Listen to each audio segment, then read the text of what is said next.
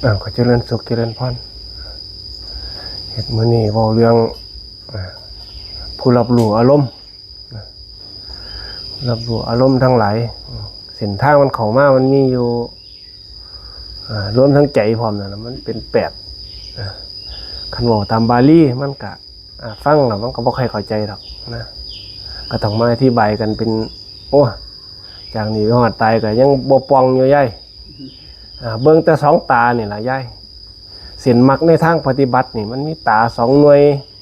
จมูก2หู2ข้างเป็นเท่าใดล่ะ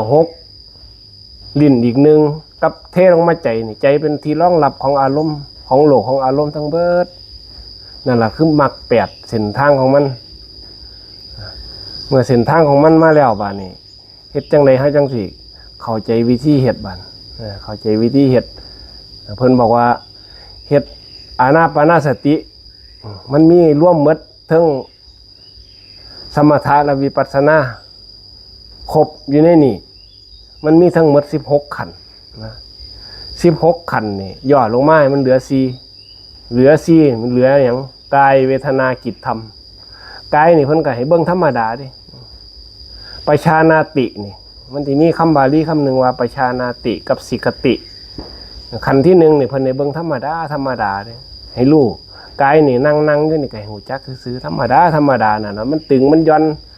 มันปวดมันเมื่อยมันหยังบ่กายเฮาก็ฮู้จักตัวกายมันเป็นจังได๋สิผู้อื่นบอกให้จักสิวางใดน่ะนะ ต้องฮู้จักเจ้าของเองนี่ว่านี่แล้วกายละเอียดก็คือลมของเฮานั่นน่ะลมสั้นลมยาวลมหายใจเฮานั่นเมื่อมันเข้าแล้วมันก็ต้องออกนะ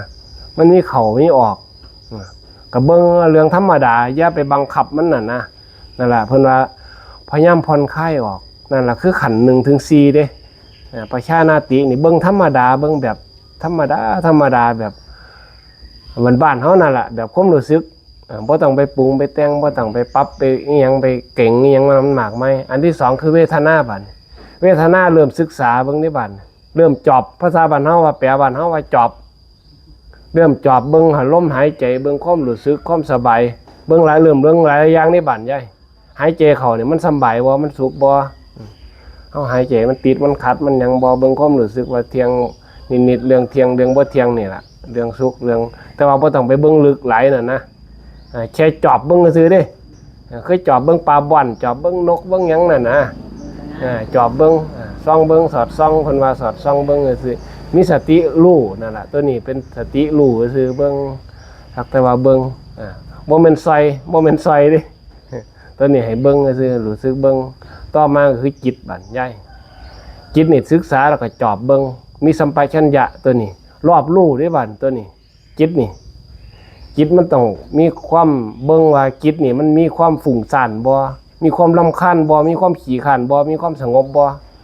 เบิ่งสั่นเบิ่งยาวเบิ่งลมหายใจหูจักปล่อยความคิดเวลามันคิดมาแล้วเพิ่นให้เลือกเบิ่งระหว่างจิตนี่ระหว่างเจ้าสิมักแบบสมถะหรือมักแบบวิปัสสนาคันมันสงบก็ปล่อยมันสงบไปถ้ามัน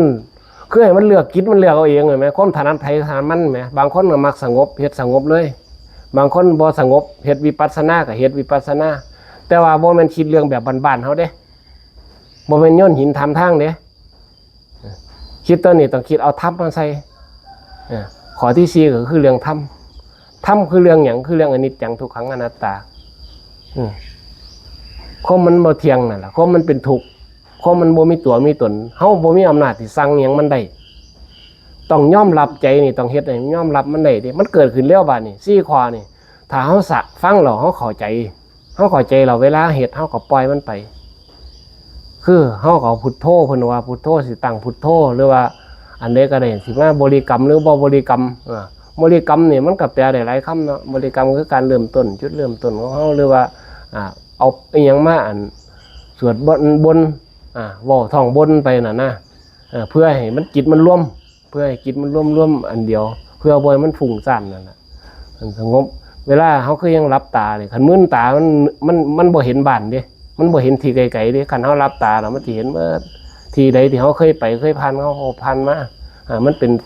นสิแล่นไปหากินสัญญาน่ะนะกินสัญญาคัน คิดไปทางอนาคตมันสิเป็นสังขารจิตสังขารปรุงแต่งมันเป็นในรูปของขันธ์นั่นน่ะแต่ถามว่ารูปขันธ์5นี่มันมีตัวตนบ่มันก็บ่มีเฮาก็บ่มีอำนาจถ้าเฮาอยากสั่งมันได้เฮาต้องร่วมจิตได้บ่อยๆมันเป็นองค์ชั้นนี่เอิ้นภาษาแบบบ้านๆเฮาก็ว่ามันเป็นกำลังให้ฝึกมันต้องเฮ็ดบ่อยๆเด้เฮ็ดได้แต่เป็นคนนี่หมดจากสภาพคนเป็นคนน่ะตายคอรอแล้วก็จบหมด ถ้ารอรอบใหม่ถ้ามาเกิดเป็นคนใหม่เพิ่นจังว่าให้มาฝึกจังซี่ซะก่อนฝึกความสงบเพื่อหยังเพื่อเวลาเฮามานั่นมารอบหน้าเฮาสิได้ปิดทางอบายได้ก่อนเฮาไปนี่เส้นทางที่เพิ่นบอกไว้เพิ่นว่า